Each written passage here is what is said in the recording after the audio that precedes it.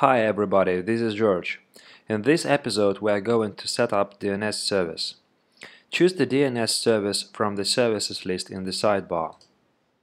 To the right of Forwarding Service, click Edit, delete any existing entries, and enter the IP addresses of the upstream DNS service you would like to use. Click OK. If not selected, select the Perform Lookups checkbox.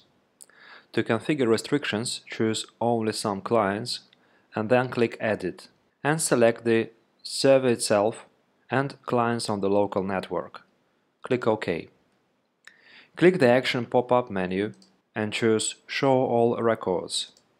Delete any existing entries. Click the Add button and choose Add Primary Zone. Enter the zone name. In case you are planning to set up a secondary DNS server, select the checkbox Allow Zone Transfers.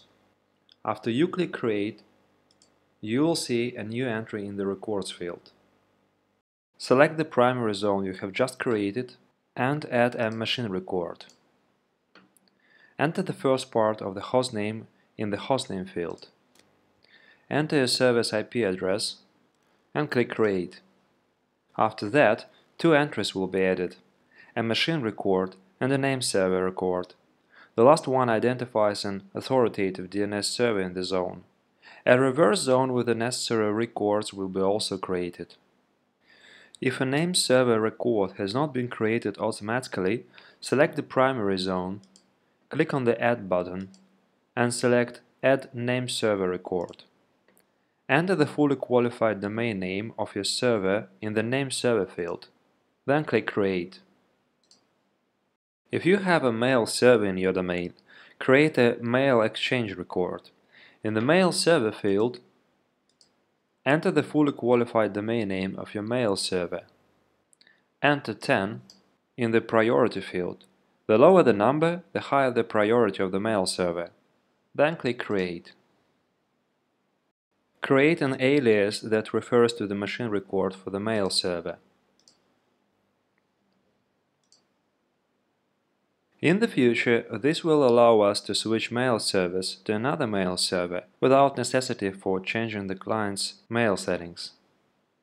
On your server, open Network Preferences and make sure the DNS service field is set to loopback address and the search domain field is set to the name of your domain. Check the correct operation of the DNS service using the network utility. Next, run the terminal app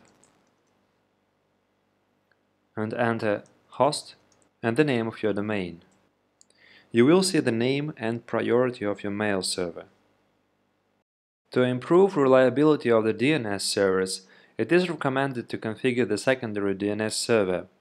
First of all, check if a zone transfer is allowed at the primary DNS server. Select Primary Zone, click the Action pop-up menu button and choose Edit Record. Confirm that the Allow Zone Transfer checkbox is selected. Click OK. Select Reverse Zone and then click Edit Record. Confirm that the Allow Zone Transfer checkbox here is also selected. Click OK. At the secondary DNS server, click Edit to the right of Forwarding Service. Delete any existing entries and enter the IP addresses of the upstream DNS service you would like to use. Click OK. Make sure the Perform Lookups checkbox is selected. To configure restrictions, choose Only Some Clients. Then click Edit and select the server itself and clients on the local network. Click OK. Next, click the Add button and select Add Secondary Zone. Enter the name of the primary zone into the name field and the IP address of the primary DNS server. Click Create. Remember to do the same for the reverse zone.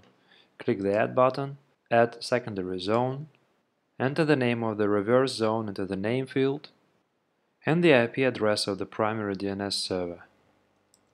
Click Create. On your secondary DNS server, open Network Preferences and make sure the DNS service field is set to the loopback address and the search domain field is set to the name of your domain. That's all for now. Thank you, and see you later.